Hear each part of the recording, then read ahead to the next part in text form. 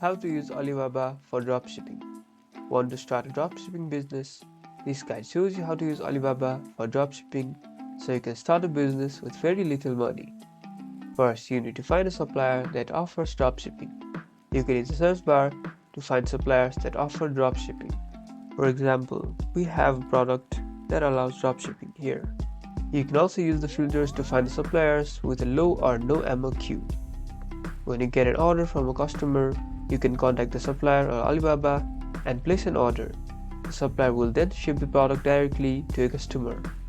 You don't have to hold any inventory or ship the products yourself.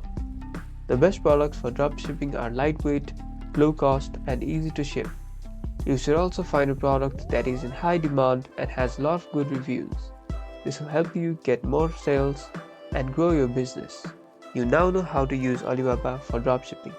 Get ready to start a business. Like and subscribe for more business tips.